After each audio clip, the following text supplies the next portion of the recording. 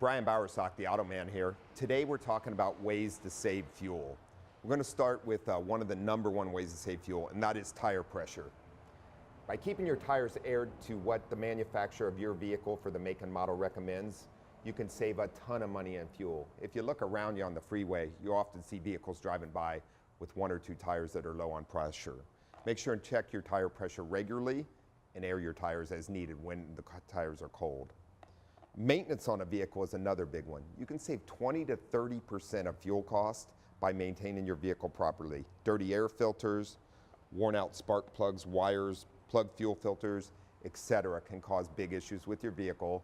#1 can cause damage to other components, but also causes a lot of loss of fuel. The third thing you can do is take excess weight out of your vehicle. If you're hauling a bunch of stuff around in the trunk that you don't need, get rid of it. You don't need to carry a bunch of excess weight. Excess weight costs fuel mileage for sure. Don't let your vehicle idle for long periods of time. It's just a waste of fuel. Shut it down and restart it. You don't need to let it sit and idle that way. By maintaining your vehicle and keeping it in good working order, tire pressure well, you'll save a lot of fuel money. I'm Brian Bowersock with the West Automotive Group.